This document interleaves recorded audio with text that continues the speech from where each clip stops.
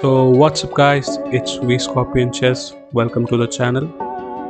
So today we have Vishy taking on Wesley So at the Levito Chess Week 2023. Vishy has the white pieces against Wesley and it's going to be a cracker of an encounter. There you see Anand extremely focused before the round and Wesley also trying to get a moment of silence before the game begins. There we have it, a smile, handshake and off we go. Vishy opens with 1 e4 and Wesley responds with a French defense. A very interesting choice.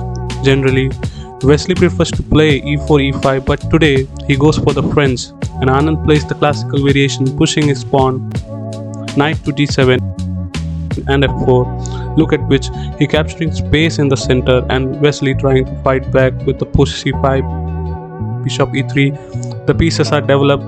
Vishy takes a moment to choose which line should he go for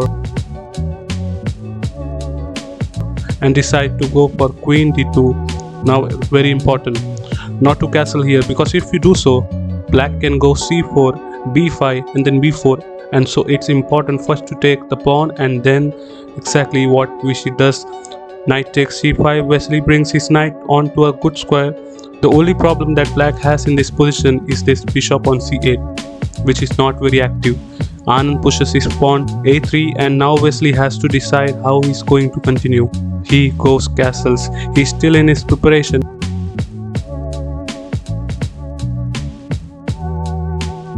And now Vishy can basically play his bishop out to e2. That seems like a normal move, but instead he goes queen f2. He moves his queen to the side and attacks the knight on c5. Now queen a5 is one line which is very sharp and interesting.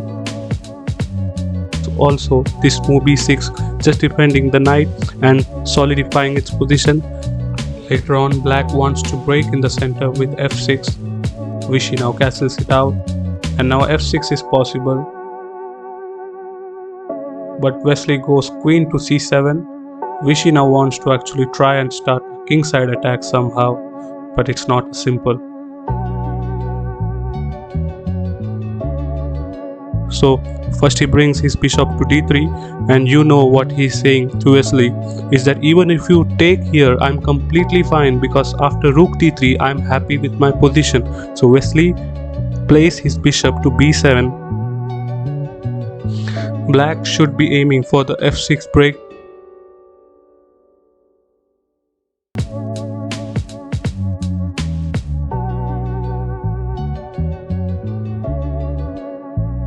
f5 played in the position.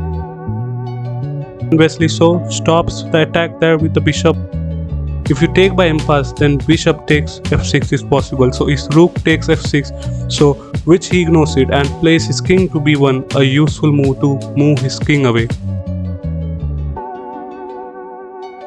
Not a good idea there by Wesley So, because now Vishy can actually take on c5, deflect the bishop from e7 and then use the g5 square for his knight to attack this. And he does it. He takes on c5, bishop takes queen h3, excellent move. Two ideas. First of all, put pressure here, threaten knight g5 and also opening up the king side with g4. Wesley plays g6 in order to protect his pawn with his queen, so as knight g5 doesn't create a double attack then he can defend e6, but Vishy goes g4. Whoa, what an attack. It's boiling up now. Now what does Wesley do? Because if he takes here then the bishop suddenly opens up this diagonal. He goes before he wants to counter attack now, which he can actually move his knight to a4. He can even take the pawn on b4, but it's going to give black some counterplay. He can actually sacrifice a piece and he does it. He takes the pawn on f5. It's opening up now. You cannot play g takes f5 because the g file opens up there and e takes f5 met with knight takes d5. Wesley chops off the knight and he asks Vishy, show me your compensation, and Anand has to decide how to continue because c takes b2 is also on cards. He takes on g6. He's opening things up and Wesley now defends the pawn on e6 there, but how do you continue the attack? The g1 square would be nice, but the bishop is actually controlling it and Anand is already a piece down. If you take on h7, the king hides on h8. Oh, he brings his rook to g1. He sacrifices another. Exchange there, and look at that. Wesley under pressure. Vishy looking super confident. The Madras Tiger is out there for the hunt. Wesley takes the rook, and now Anand has to decide what to do.